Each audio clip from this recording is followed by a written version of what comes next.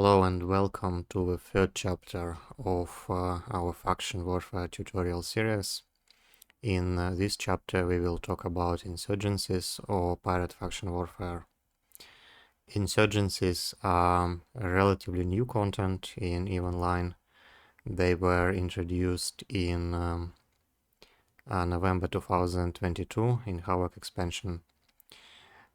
Essentially, these are just an add-on to Empire faction warfare, so many of the mechanics that we covered during the second chapter will apply here as well, and I will mostly cover the specifics of pirate faction warfare. So as I mentioned in one of the early episodes, in addition to 4 Empire factions, you also have 2 pirate factions in faction warfare. In Kaldari Galante Warzone you have Guristas, and in Amar Minmatar Warzone you have Angel Cartel. And you can fight in faction warfare as a pirate if you join one of these factions. In this video we will talk about system control and win condition in insurgencies. Unlike Empire faction warfare, insurgencies have a beginning and the end. Insurgencies usually start in command operation systems. This is not guaranteed, but the game generally places initial insurgency system close to the front line to encourage interaction between players and PvP. And the starting point of insurgency is a spawn of the forward operating base in the initial system. So for the first day, nothing happens except the spawn of FOB. The FOB is essentially an upwell structure. It offers tethering, docking, and fitting to pilots enlisted in pirate faction warfare. And in a sense, it has a similar function to the Empire infrastructure hub, because pilots of Empire faction warfare must destroy it to win the insurgency.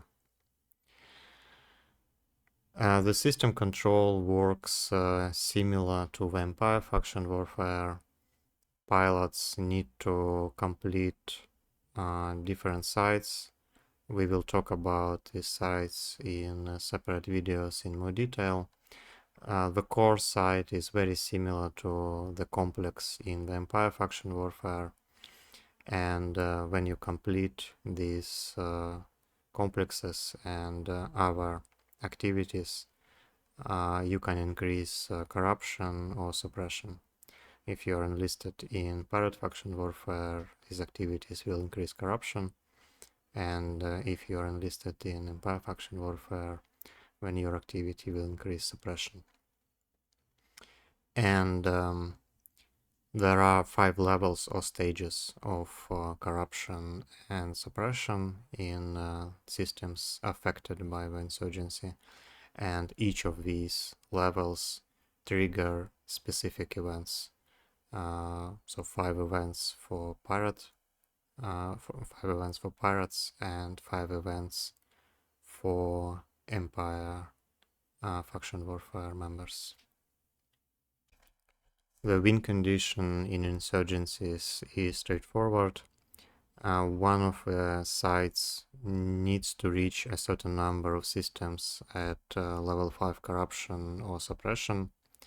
This number depends on the results of previous insurgencies, and it can be anything between 7 and 20.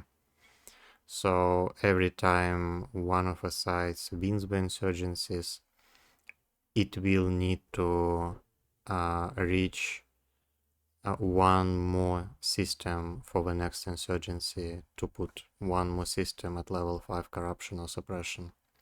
And the losing side, vice versa, needs one fewer system at level 5 to win. This is so-called ambition modifier. In general, at least currently, pirates win significantly more often, so the number of systems for pirates to win will be around 20, maybe 18, and the number of systems for vampire faction warfare will be around 7 to 9.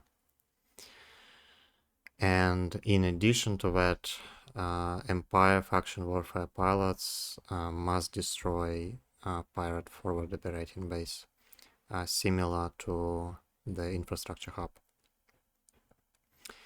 And if none of the sites can reach the required number of systems in 2 weeks, then the insurgency ends as a draw. And the next insurgency will have the same number of systems as the win condition as the previous one. And in addition, one tricky mechanic is that if pirates win the insurgency, when the infrastructure hub in the system with a forward operating base will be vulnerable, and it doesn't matter what's the amount of victory points in Empire faction warfare for one or the other side. In the next video, we will talk about specific events that are triggered at different levels of corruption and suppression in insurgencies.